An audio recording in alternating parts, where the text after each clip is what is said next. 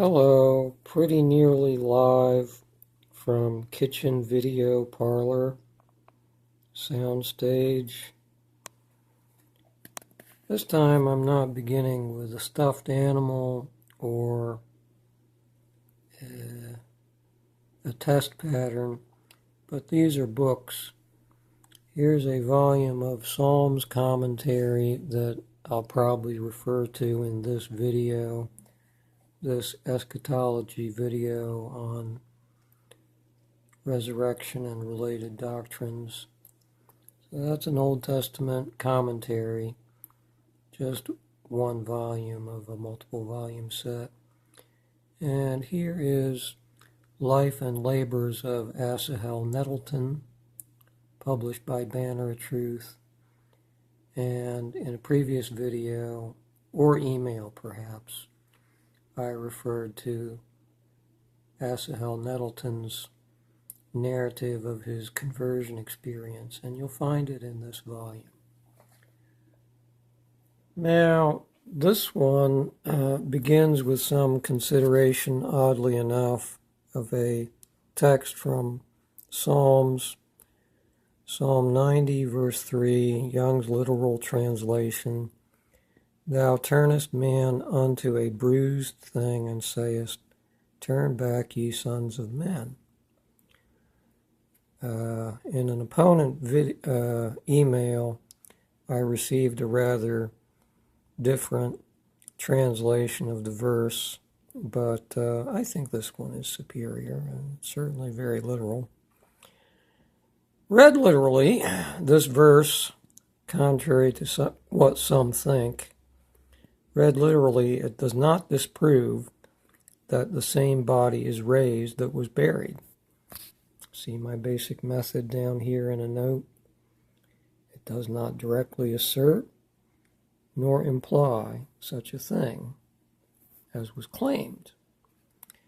Which is well, because if such was the sense of this even one verse of Scripture, even Christ would not have been raised, according to Paul's reasoning near the beginning of 1 Corinthians 15. And theory, same body is not raised, is against the proper understanding of, well, quite a few scriptures. 1 Corinthians 15, see my previous video in this playlist series. Matthew 10:28, John 5:28 to 29, defining the resurrection scripturally, etc. Next, note that I do not respond to mere lists of Bible citations sent to me. In an opponent email, there were 7 other verses cited without comment. Well, I can't really deal with that because such a list of verses isn't showing me in a Bible study sort of way what to do with these verses. Rather, I think this I'm quite willing to do, mind you. State of verses you might want to refer to, which ones of them assert or imply that the same body that's buried isn't raised. And that gives me something to reply to. The next slide here. Well, let's be positive here. Not merely what it doesn't mean. It doesn't mean that, or imply that the same body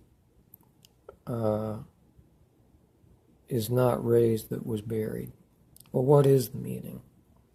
Well, the first part of the verse simply asserts in poetic form that all die. But note it's addressed to man singular. That's appropriate, for the first man, singular, was sentenced to die. As in Adam all die, as Paul says in his well-known chapter on resurrection. Second half of the verse, return ye children of men. Plural now. It refers to the next living generation. You see, one generation dies, the next generation lives in succession. This fits the context well in which verse 3 occurs, and this is Kyle and Delitzsch's interpretation, basically, shortened and without all the Hebrew words they cite.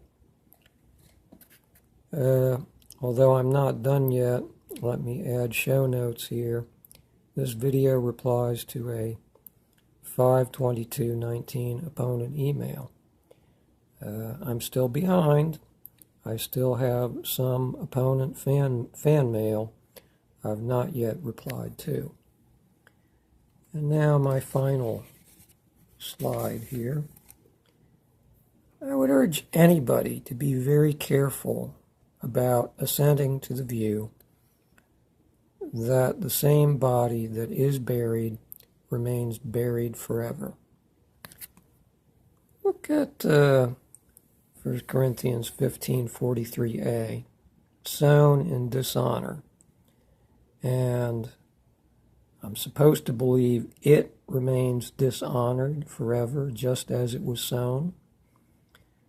Not only is that quite contrary to Paul here, in Scripture, thinking to dishonor a body forever is how God treats his hated enemies.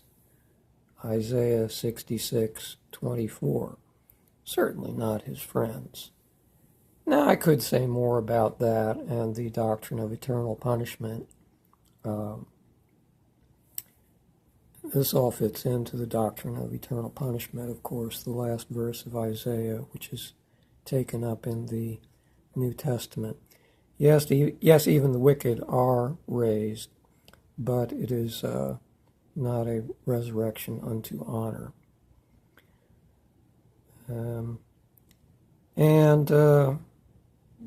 They say, views opposed to mine, and the orthodoxy of Westminster Confession, Apostles' Creed, etc., they say that part of the original me must remain in the grave forever. Why? Supposedly because of my sin and Adam's. This tends to impugn the value of Christ's redeeming blood, which is of infinite value. And he came to destroy the devil's work, as it says in 1 John. The devil's work all the way back to Genesis 3. Don't be surprised that I'm convinced this isn't sound doctrine, because it has far more implications than one's view of Scripture chronology. It affects so much else. In fact, it affects, for the Christian, it affects the issue of how much Christ's done for me. That's all for now.